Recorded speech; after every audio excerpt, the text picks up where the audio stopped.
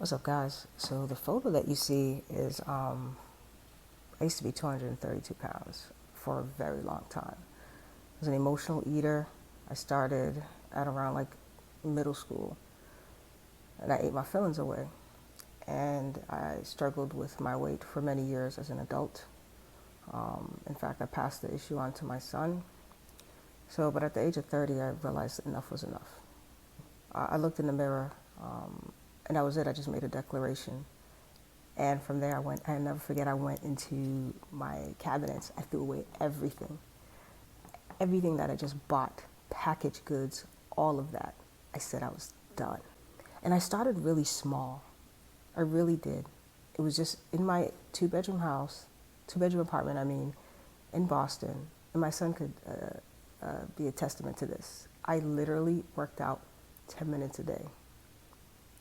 I would run up and down in the house, and then I would do Billy Blanks for a few minutes. Y'all remember Billy Blanks? Taebo? Yeah, Taebo got me through some things. And so I did that, and eventually when I got my strength, stamina, I got comfortable after 10 minutes, I added 5 minutes, increments. And this is why I teach all my coaching clients micro ways of anything that you struggle with. Start with micro ways. And so from there, I started to lose the weight. I did it for about a year. I didn't even do anything else, just that.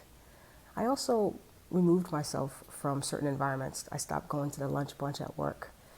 And I got some slack for it, a lot of jokes, but I knew if I did not remove the stimuli in my environment that was causing me to overeat, I would not get to my goal. So I ended up losing 85 pounds. And then from there, I went from a size 18 to a size, I think, like 10. And I kept it off for a little bit, but then I found myself yo-yoing again. Because what I found is that until you heal the conflict within, you will continue to experience the same circumstances, the same issues. So I had to figure out, why did I keep yo-yoing? Because even after I lost that 85 pounds, I gained another 20 pounds. I got into a relationship. And when you are in a relationship, you get those relationship pounds. And I was like, yeah, I was so frustrated with myself. I really was. But then I started to dig a little deeper to really figure out why I was eating the way that I was eating. And that's when I discovered I was an emotional eater. I also discovered that if health is not part of your value system, it is going to be easy for you to pass it up as a priority in your life.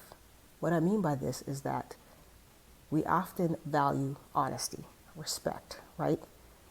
Those are non-tolerables for a lot of us. When people are dishonest, when they disrespect us, why don't we value our health?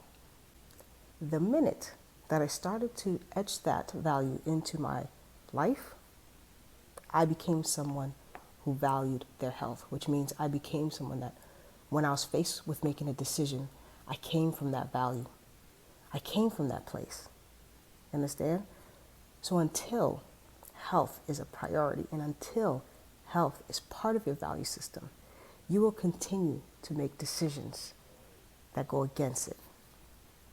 So I love looking at this picture because it just reminds me how far I've gone. And, understanding that food is addiction for me. And so I can't just have one like everyone else. So that means that I have to create an environment that is conducive to my health. And I have to say no quite often.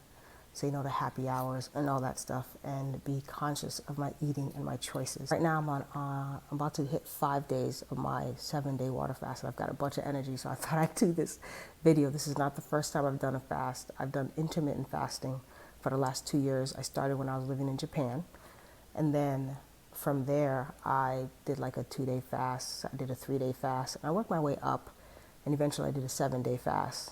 And the first time I did the 7-day fast, it was difficult. You really have to prep your body for a fast. So if you're eating a bunch of junk food beforehand, when you detox from that, it is going to be very difficult for you. It's not impossible, but it's going to be difficult. And so I found that this round, because the very first time when I did it, I had a lot of cramping in my legs. I was extremely fatigued, very fatigued. I only had like a spike of energy maybe once or twice. And now, the first 2 days I was really tired. And then the third day I had a bit of more energy. The fourth day I had like all this energy. And it was brief. It wasn't for the whole entire day, but it was enough throughout the day because I was nervous whether or not I'd be alert to meet with to do my coaching calls and to do some of the work that I had to do. But I have a burst of energy now. And throughout this fast, I've been able to do my yoga. I've done it every day since, I believe, I can't remember how many days. I think I am on day 52. I'm doing a 90-day yoga challenge. I say all this to say that sometimes we need to detox from the things we overconsume, and specifically food. But social media, you already know that. But our bodies need a break from constantly digesting. And this is why I'm such a big fan of intermittent fasting. When I fasted, it really changed my relationship with food so much. It eliminated a lot of cravings that I used to have. Like I no longer have cravings for chocolate or any of the other things. And I'm more conscious with the things that I eat. I still tend to eat a little fast, I'm not gonna lie. But it really changes your relationship with food. It changes your relationship with yourself. It shows you how you have the ability to do some of the most difficult things, because fasting is all a mental thing. Once you get past the first 2 to 3 days, your body really adjusts. You have to understand that your body is a powerful instrument. Like, it is amazing. And it can do so many things, but our thoughts get in the way. Our feelings get in the way of all that. And so I encourage you to do a fast of anything that you're over consuming. And if you do a food fast, of course, not everyone can do a fast. It really depends on your physical health. So definitely, I'm not a doctor. Even though I'm Haitian, I'm not a doctor. But I encourage it. People always ask, why does your skin look clear? I do intermittent fasting. I try to stay away from heavily sugary foods, drinking too much alcohol, high carb foods. I have my moments, but overall, those are the things that I really stay away from. And I have found that it's cleared my skin. I used to have really, really bad acne, believe it or not. So I encourage you to detox from some of the things that are over consuming you. It also teaches you to let go, to surrender. It's huge. It teaches you to surrender, which is something that we have a lot of difficulties doing, right? We hold on to relationships for far too long. We hold on to our trauma so long that it gets in the way of us living lives and creating relationships that are beautiful for us. Surrendering is part of healing the conflict within. As you know, my program is starting soon, June 28th. The Liberated Woman, Heal the Conflict Within and Reignite Your Joy. I would love to see you in there.